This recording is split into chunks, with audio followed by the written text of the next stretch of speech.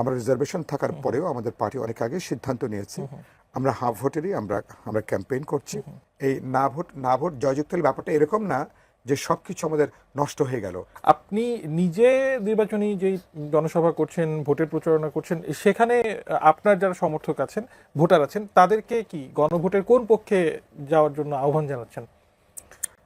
আপনাকে ধন্যবাদ প্রিয়ভাজন জনাব জাহিদ চৌধুরী।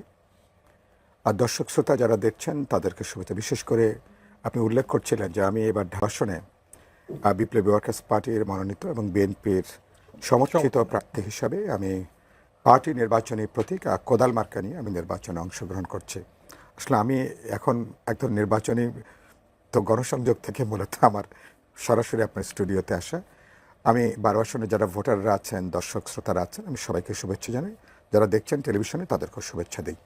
আমি তার আগে একটু রেসপন্ড করি যেটা আপনি জাহিদ চৌধুরীকে আপনি যে প্রশ্ন করছিলেন, সেখানে আমি মনে করি যে প্রথমত সরকারের দিক থেকে যেহেতু এটা একদিকে একটা সাংবিধানিক সরকার, আবার একটা এক্সট্রাঅর্ডিনারি ভাবে তারা ক্ষমতা এসছেন একটা আপরাইজিংয়ের মধ্য দিয়ে, তাদের একটা পলিটিক্যাল এক ধরনের ম্যান্ডেটও আছে তাদের।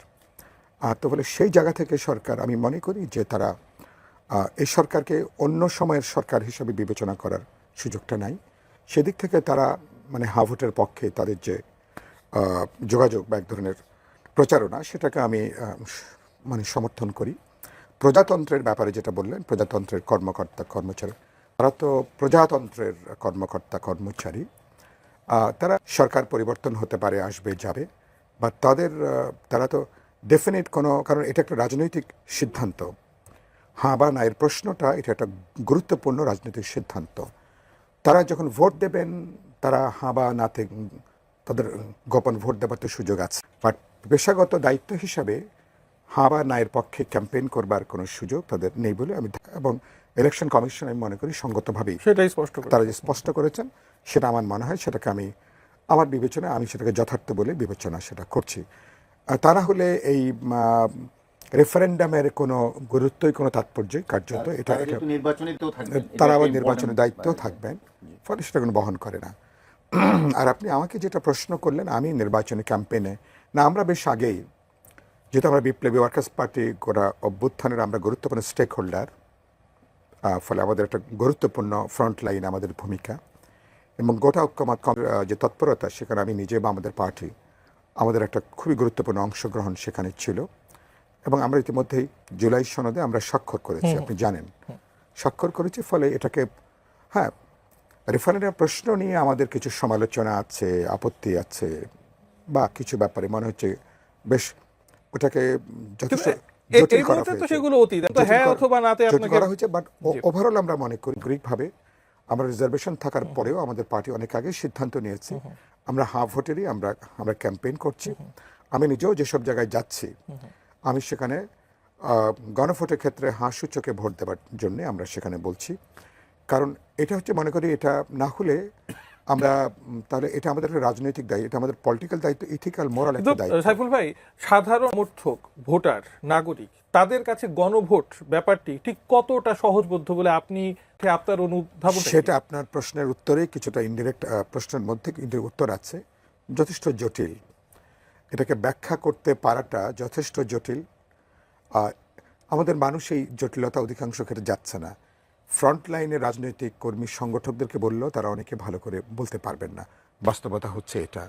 তো সাধারণ ভোটার তো তিনি, এই যে দেখলাম যেভাবে বলা হচ্ছে যে মানে আপনার যদি মানে হ্যাঁ বা না এর পক্ষে, এখানেও আবার আমি দেখলাম যে সেখানে মানে নানার অপ্রাসঙ্গিক প্রশ্ন উত্থাপিত হয়েছে, মানুষের মধ্যে বিভ্রান্তি আছে। সরকারের উচিত হবে এই ক্যাম্পেইন করে, এটা গুরুত্বপূর্ণ, কি প্রশ্নে তারা গণভোটে যাচ্ছেন, ভোটারদের কাছে এটাকে স্পষ্ট করা। রাজনৈতিক দলকে আমি মনে করি আমাদেরও দায়িত্ব, মানে হ্যাকের পেছনে সরকারের যে এফোর্ট, কিন্তু এই ব্যাপারটি বা সহজবোধ্য করে তোলার পেছনে সেই এফোর্ট কি আপনি সরকারের পক্ষ থেকে দেখেছেন? নির্বাচনে তার বাকি আছে।